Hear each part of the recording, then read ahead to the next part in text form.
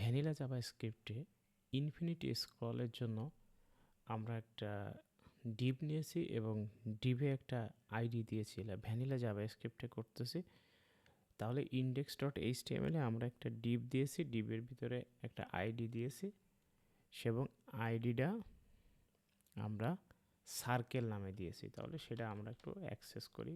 Constants circle equal to document dot get element by ID. আমরা সার্কেলটা access করে নিলাম। এইবার আমাদের কাজ করার জন্য একটা অবজারভার লাগবে।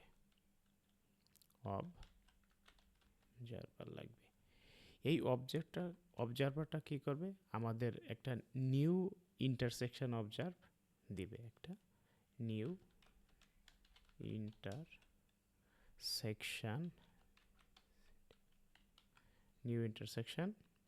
অবজারভার দিবে। এই নিউ ইন্টারসেকশন অবজার্ভটা একটা কলব্যাক ফাংশন নেবে।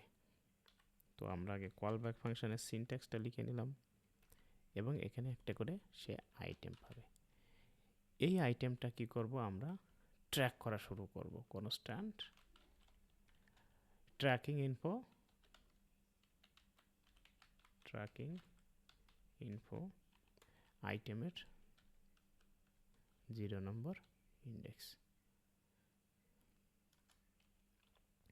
তো আইটেমস অনেকগুলো পেতে পারি, তো আমরা তাহলে আইটেমস নিলাম। আইটেমসের 0 নম্বর ইন্ডেক্স পেতে পারি। এইবার আমরা একটা লজিক দাঁড় করাবো এখানে। ইফ এই ট্র্যাকিং ইনফো ইজ ইন্টারেস্টিং যদি হয়, এই যে আমাদের tracking info dot is intersecting যদি আমাদের ইজ ইন্টারসেক্টিং হয়, তাহলে আমরা কনসোল লক করব circle is visible. Console dot lock করে দেবো একটা circle is visible.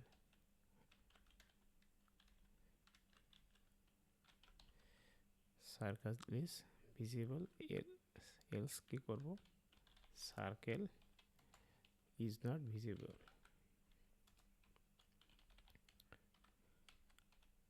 Circle is not visible. ব্যাস হয়ে গেল। এবার এখান থেকে আমরা রিটার্ন করে দেব অবজারভার ডট অবজার্ভ। এই যে অবজারভার ডট অবজার্ভ এই সার্কেল। বাস এইটা যদি আমরা করে দিই, তাহলে আমাদের ইনফিনিটি স্ক্রল হয়ে যাবে এই সার্কেলটা। অবশ্যই সার্কেলটা আমরা সিএসএস দিয়ে ডিজাইন করে রেখেছি।